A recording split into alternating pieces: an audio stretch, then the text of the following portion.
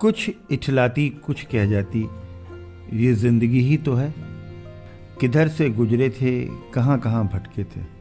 कुछ भिगो गए थे, कुछ छूकर निकल गए थे। कुछ रुला गए थे, कुछ बहा ले गए थे। आओ गाते हैं तराने अनुभवों की दुनिया के। नमस्कार दोस्तों, आप सबका स्वागत है national institute of social defence और ministry of social justice and empowerment, government of India, media for community foundation New Delhi और पीपल्स इनिशिएटिव लखनऊ के संयुक्त तत्वाधान में वरिष्ठ नागरिकों द्वारा प्रस्तुत इस खास कार्यक्रम श्रृंखला अनुभव लखनऊ में, जिस प्रोजेक्ट को कंसीव और डिजाइन किया है डॉक्टर आर श्रीधर, श्री आलोक वर्मा जी और श्री अरविंद नारायण मिश्रा जी ने। रेडियो कोऑर्डिनेटर हैं अरविंद नारायण मिश्रा जी और प्रोडक्शन कोऑर्डिनेटर हैं कुश त्रिपाठी। दोस्तों, कार्यक्रम में प्रवेश करने से पहले मैं एक बार आपको एक टोल फ्री नंबर बताना चाहूंगी जो हमारे सीनियर सिटीजन्स की मदद और सपोर्ट करने के लिए है। आप इस नंबर का इस्तेमाल सुबह 8 बजे से रात 8 बजे के बीच में कर सकते हैं। यदि आपको किसी प्रकार की मदद और सपोर्ट की जरूरत है तो आप इस टोल फ्री नंबर 14567 पर कॉल कर सकते हैं। एक बार फिर से नंबर रिपीट कर देती हूँ, आप चाहें तो इसे नोट भी कर सकते हैं। 14567। इस नंबर पे doctors, hospitals, old age homes से लेकर लीगल गाइडेंस, इमोशनल सपोर्ट और बुजुर्गों के शोषण के केस में डायरेक्ट इंटरवेंशन और निराश्रित बुजुर्गों को रेस्क्यू कराने तक सभी प्रकार के सपोर्ट के लिए कॉल किया जा सकता है। अब आइए दोस्तों, बढ़ते हैं कार्यक्रम की ओर। मैं हूँ तृप्ति और ये कार्यक्रम आप तक लेकर आ रहे हैं अनुभव लखनऊ। आज हमारे स्टूडियो में हमारे साथ हैं श्री दीपक पाठक जी। बहुत प्रसिद्ध चार्टर्ड अकाउंटेंट हैं और चार्टर्ड अकाउंटेंट तो एक इनकी पहचान हुआ करती थी। पता नहीं किन किन रास्तों से गुजरे और ऐसे ऐसे काम किए हैं कि अब इनको लोग किस तरह पहचाने, ये बड़ा मुश्किल हो गया है। कुछ लोग उनको मानते हैं ये बड़े बिल्डर हैं, कुछ लोग मानते हैं चार्टर्ड अकाउंटेंट हैं, कुछ लोग जानते हैं इनको कि टेनिस के वेटरन के 70 साल की उम्र के दीपक पाठक टेनिस वेटरन में राष्ट्रीय स्तर पर खेलते हैं। यंग लोगों से मिलिए तो मालूम पड़ा कि बैडमिंटन के यूपी चैंपियन हुआ करते थे। तो इनकी कई तरह की पहचानें हैं। बहुमुखी प्रतिभा के धनी दीपक जी, आपका हमारा स्वागत है पॉडकास्टिंग स्टूडियो में। और आपसे कुछ अपने जिंदगी के अनुभव साझा करने के लिए आपसे हम कुछ सवाल पूछेंगे। जरूर जी दीपक जी, आप कहाँ के रहने वाले हैं? किस शहर से, कहाँ से घूमते फिरते आप लखनऊ आके स्थापित हुए और फिर ऐसे स्थापित हुए कि यहाँ आपने एंकर डाल दिया? बेसिकली मैं उन्नाव का रहने वाला हूँ जी। स्कूलिंग मेरी उन्नाव में हुई थी। ग्रेजुएशन करने मैं लखनऊ यूनिवर्सिटी में आया। वहाँ से मैं सीए करने कानपुर चला गया जी। और हमारा पेरेंटल हाउस जॉइंट फैमिली का लखनऊ में चूँकि एक होता था जी। जो पार्टीशन के बाद हम लोगों को मिला, तो मैं उसमें शिफ्ट कर गया और अपनी सीए प्रैक्टिस मैंने लखनऊ में शुरू कर दी। दीपक जी, आज से 45-50 साल पहले सीए का प्रोफेशन तो बहुत कम लोग परस्यू करते थे, बहुत not a very regular choice of while you are studying. तो ये आपने कहाँ से आपको आइडिया आया? ये तो मुझे जब मैंने ज्वाइन किया है तो मुझे ही नहीं पता था ये सीए होता क्या है। इनफैक्ट जो है, तो किसकी सलाह से आपने ये? इनफैक्ट क्या था कि मेरा एक फ्रेंड जो है वो बहुत ही ब्रिलियंट पढ़ने में था और उसकी बीएससी में उस टाइम फर्स्ट क्लास आई थी बीएचयू से, और इंजीनियरिंग में उसका एडमिशन हो गया था। उसने इंजीनियरिंग छोड़ के और सीए परस्यू किया। तो मैंने जब बीएससी का अपना एग्ज़ाम दिया तो मेरे बड़े अच्छे मार्क्स नहीं थे, 53-54% मार्क्स थे। तो कोई अच्छी वो नहीं मिल रही थी, सब्जेक्ट नहीं मिल रहा था एमएससी के लिए। तो एक दिन बैडमिंटन खेलते खेलते मेरी उससे बात हुई कि मैं क्या करूं। तो उसने कहा तुम सीए ज्वाइन कर लो। तो मैंने कहा मैं सीए कैसे ज्वाइन कर सकता हूं? बोले वो आप ज्वाइन कर लेंगे, उसके लिए रिक्विजिशन वो जो है वो केवल ग्रेजुएशन की है। मैंने उसके साथ जाना शुरू कर दिया कानपुर जी, और 2 महीने बाद मेरा एडमिशन हो गया सीए। तो ये कॉन्फिडेंस कहाँ से आया कि वो तो बड़ा टॉपर था और पढ़ने में बड़ा अच्छा लगता था, आप तो लद्दड़ थे, फिर भी आपने जो हिम्मत करी? इतना लद्दड़ नहीं था। इतना लद्दड़ नहीं था जी। तब ये था कि भाई अब कुछ तो करना है, मतलब जो करना है तो आप ऐसे तो छोड़ नहीं देंगे। तो फिर मेहनत की गई, मेहनत का फिर जो है। तो जो आपका रजिस्ट्रेशन जो नंबर रहा वो तो बहुत कम, उसमें सुनते हैं पहले बहुत कम सीए हुआ करते थे। बहुत कम होते थे, बहुत ही कम होते थे उस टाइम लखनऊ में। जब मैंने ज्वाइन किया है तो उस टाइम मुश्किल से 10 से 15 सीए होते कुल। और आज अब कितने होंगे सीए? अब इस टाइम तो 2000 करीब है। Oh my God.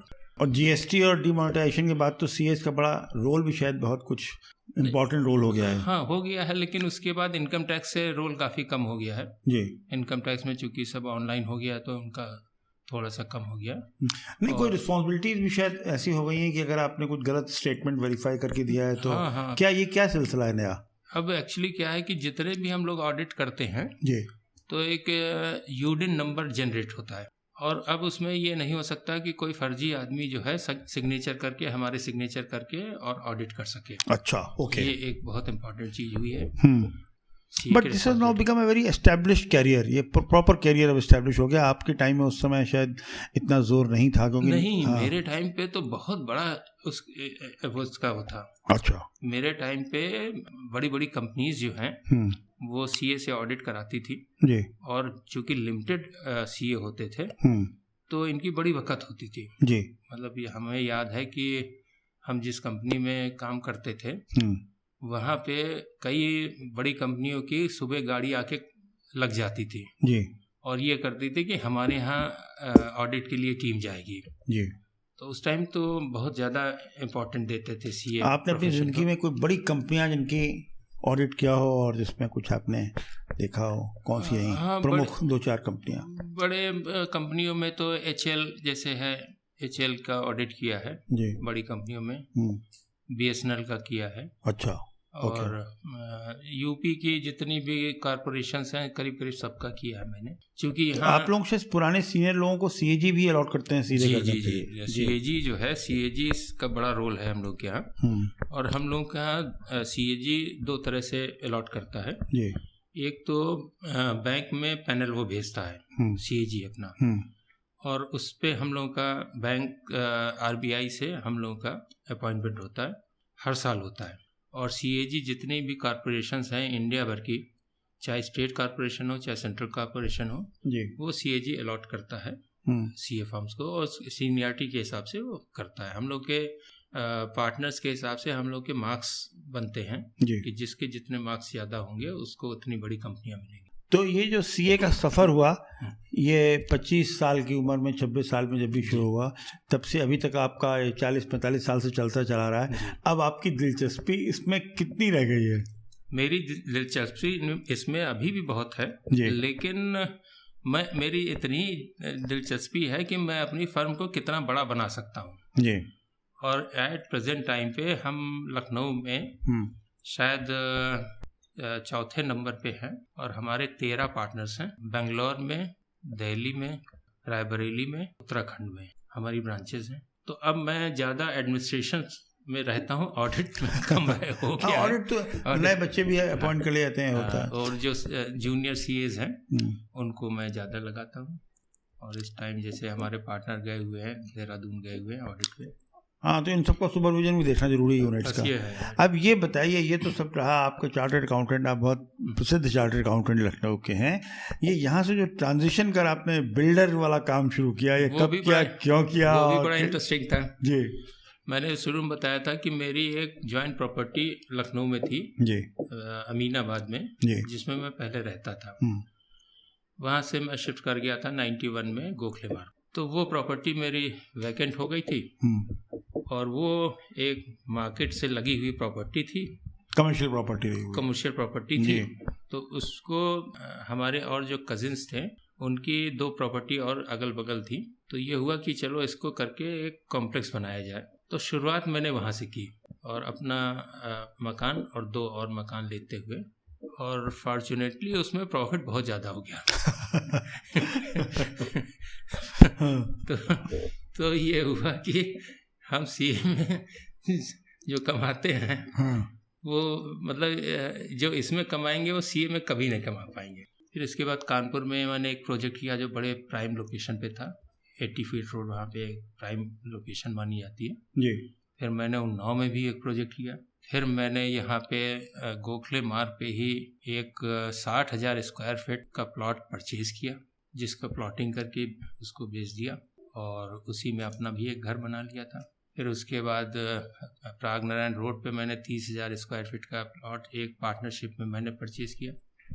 उसमें एक प्लॉट छोड़ के बाकी सब बेच दिए थे, और उसमें मैंने मल्टी स्टोरेज कॉम्प्लेक्स बनाया। और उसके बाद मैं चला गया उत्तराखंड में मैंने जो है नौकुचिया ताल पे मैंने 24 फ्लैट बनाए, वहीं पे ज़मीन परचेज करके और डाल दी थी जी, जो अभी पड़ी हुई है, जिसका अब शुरू कर रहे हैं और अपना जो बंगला है गोखले मार्ग पे, उसको तोड़ के मैं लग्जूरियस फ्लैट इस टाइम बना रहा हूँ। तो ये करोड़ों रुपए का बिल्डिंग का जो कंस्ट्रक्शन वर्क है ये चल रहा है साल में, सीए के साथ साथ। बहुत बढ़िया। अब और व्यापार को और फैलाने की कुछ योजना है कि इसी नहीं, में? हाँ, अब जो है जो नौकुचिया ताल में मेरी जमीन पड़ी है जी, बस उसी को मैं फाइनल कर रहा हूँ कि ये जब 2-4 साल में अपना धीरे धीरे कंप्लीट कर लूंगा जी, और फिर उसके बाद रिटायरमेंट।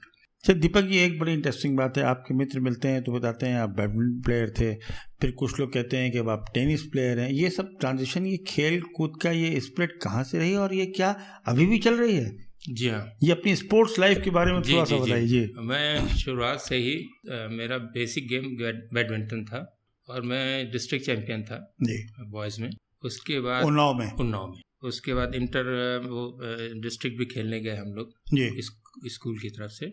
फिर एक बड़ा इंटरेस्टिंग केस हुआ कि टेबल टेनिस का वहाँ पे ये हुआ कि डिस्ट्रिक्ट की टीम सेलेक्ट की जाएगी जी और लोग आके वहाँ पे अपना प्रदर्शन करें। मैं गया, चूँकि मैं इससे पहले टेबल टेनिस कभी खेला नहीं था हाँ। और डिस्ट्रिक्ट टीम सिलेक्शन में मैं पहुँच गया हाँ। तो वहाँ तो मुझे हारना था ही। तो किसी ने कमेंट कर दिया कि पहले खेलना सीख जाओ तब फिर आओ हाँ। तो मुझे थोड़ा सा लग गया और मैंने अपने घर में तख्त पे जो टेबल टेनिस की प्रैक्टिस शुरू की जी और मैं 2 साल में वहाँ का ओपन डिस्ट्रिक्ट चैंपियन हो गया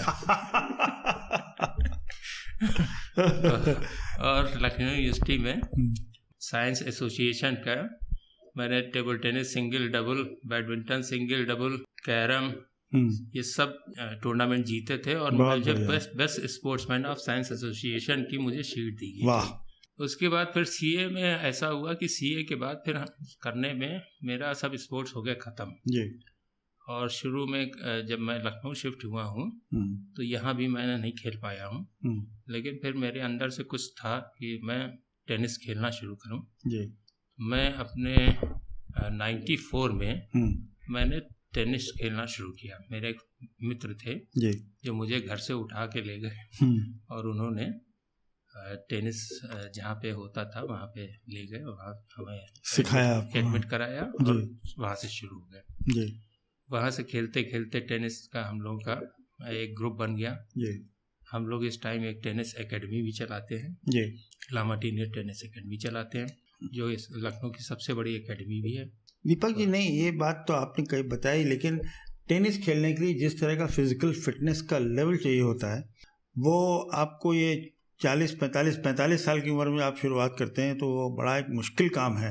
ये कैसे संभव हो सका? लगता है कि बड़ा उसमें होता है, लेकिन अगर आप स्पोर्ट्समैन हैं तो आप पिकअप कर जाते हैं जी और धीरे धीरे जो है उसको फिर आप बढ़ाते रहिए जी तो बढ़ता जाएगा। और आज भी ये है कि हम कुछ नई चीज़ सीखने की कोशिश करते हैं जी। आज के दिन भी जो है जब हमें रिटायर होना चाहिए, लेकिन आज भी ये चीज़ है कि कुछ हम सीखने की कोशिश करते हैं। और नहीं, मैंने इसलिए कहा कि 70 साल की उम्र में आजकल जब लोग कुछ नहीं करते तब भी किसी का हाथ नहीं उठ रहा है, किसी को पैर में कुछ हो रहा है और आप जो है वो उसको स्पोर्ट्स फील्ड में जाकर आपको सब ताजुब होगा कि मेरे एक मित्र हैं जो कि बहुत अच्छा टेनिस प्लेयर रहे, वो तो नेशनल लेवल पे, उनके पिताजी 94 ईयर तक टेनिस खेलते रहे। वाह। 94 ईयर तक। वाह। टेनिस एक ऐसा गेम है जो आप किसी भी उम्र में खेल सकते हैं, किसी भी उम्र में जी। ये रिस्ट्रिक्शन जरूर रहता है कि आप कितना एग्रेसिव खेलेंगे, कितना आप दौड़ेंगे। कुछ लोग खड़े खड़े खेलते, कुछ लोग दौड़ते हैं। तो मैं आज भी बहुत दौड़ता हूँ, शायद 50 साल का जो आदमी है उससे मैं ज़्यादा ही दौड़ता हूँ आज भी। लेकिन ये है कि दीपक जी, आपकी इंटरेस्टिंग जीवन यात्रा में एक बात निकल कर ये आई कि आप लगन के आदमी हैं, जिद्दी भी हैं, निर्णय ले लेते हैं, फिर सब कुछ लगा देते हैं और उसको हासिल करने की आपको प्रैक्टिस हो गई है आप अपनी उम्र के जो लोग हैं इस समय 60-70 ईयर्स के आसपास, इनको क्या आप सलाह देंगे जिंदगी अच्छी तरह खुश रह करके और मेंटल और फिजिकल स्टेट में, और क्या करें उसके लिए? मैं रोज अपने यहाँ बताता हूँ जी कि जिंदगी में अपने लिए कुछ टाइम दीजिए जी। हम लोग जैसे वहाँ खेलने जाते हैं तो वहाँ अक्सर ही यही बात होती है कि ये जो टाइम है ये एक्सक्लूसिव आपके अपने लिए टाइम है जी। आप दुनिया में अपने घर के लिए काम करते हैं, आप दूसरे के लिए काम करते हैं, बच्चों के लिए काम करते हैं, ये करते वो करते हैं, कोई रहता है। वो टाइम एक ऐसा होता है जो आपका अपना टाइम होता है, और वो मेरा ख्याल बेस्ट टाइम है। तो हर आदमी को अपने लिए टाइम निकालना बहुत ज़रूरी है। अपने लिए टाइम अगर निकाल लिया आदमी ने, बाकी हर चीज़ सेकेंडरी है, बाकी हर चीज़ सेकेंडरी है।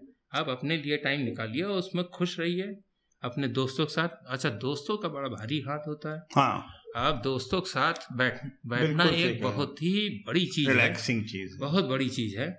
उनके साथ बैठ के आप, चूँकि हम तो जब खेलने जाते हैं तो रोज दोस्त मिल ही जाते हैं, तो हम लोग अपना जो है खेलने के बाद आधे घंटे हम लोग जो है आपस में बात करते रहते हैं। एक ज़रूरी बात और ये बताइए, इस जिंदगी में भी कोई एजेंडा बचा है या सब पूरे कर लिया आपने अपनी लगन से? नहीं, ऑलमोस्ट तो सब हो ही गए हैं लेकिन यही है कि अभी मेरी बेटी की शादी अभी होनी है, बस उसी की एक वो है। नहीं, ये सब तो लॉजिस्टिक्स में हाँ है। नहीं, अब एक है बताइए, वही मैंने कहा। मैं अभी एक दिन बैठा है कुछ लोगों के साथ, रात में बैठा हुआ था, तो अच्छी गैलरी थी, 7-8 लोग थे। उसमें एक गिटार वाला आया था, बहुत बढ़िया गिटार बजा रहा था और इतना बढ़िया समय बना था। तो मुझे लगता है कि अब मुझे गिटार सीखना चाहिए जी। बहुत अच्छा है। मैं अच्छा एक बताऊं दीपक जी, आपको बताऊं, म्यूजिक के बारे में कहा जाता है कि म्यूजिक सीखने से आपका जो दिमाग है उसमें शांति और चित्त में शांति का जो लेवल बनता है वो आपकी लॉन्जिविटी में, आपकी क्वालिटी ऑफ लाइफ को बढ़ाता है। बहुत है। इसलिए बिल्कुल आपको बहुत शुभकामनाएं। हम लोग अगली बार जब बात करेंगे तो आपको गिटार के साथ आपको सुनेंगे। जी जी जी जी, और बिल्कुल बहुत बहुत शुक्रिया। आपकी बहुत शानदार जिंदगी आप जी रहे हैं और बहुत जो मन में चाहते हैं वो कर लेते हैं। जाहिर है कि ये आपकी बहुत स्ट्रॉन्ग कन्विक्शन और हार्ड वर्क का रिफ्लेक्शन है। आपका बहुत बहुत धन्यवाद। आपका भी साहब बहुत धन्यवाद है। Thank you. दोस्तों, फिलहाल वक्त हो चुका है आपसे विदा लेने का, और चलते चलते आपको एक बार फिर से अपने वरिष्ठ नागरिकों की सहायता और सपोर्ट के लिए जो Elder line toll free number है वो बताना चाहूंगी, 14567। इस नंबर पर आप सुबह 8 बजे से रात 8 बजे तक कॉल कर सकते हैं और किसी भी प्रकार की सहायता आपको यहाँ पर प्रदान की जाएगी। अगली बार फिर लौटेंगे ऐसे ही किसी खास शख्स की प्रेरणादायक जीवन यात्रा की कहानियां लेकर। तब तक के लिए स्वस्थ रहिए, खुश रहिए। मैं तृप्ति लेती हूँ आपसे इजाजत। नमस्कार।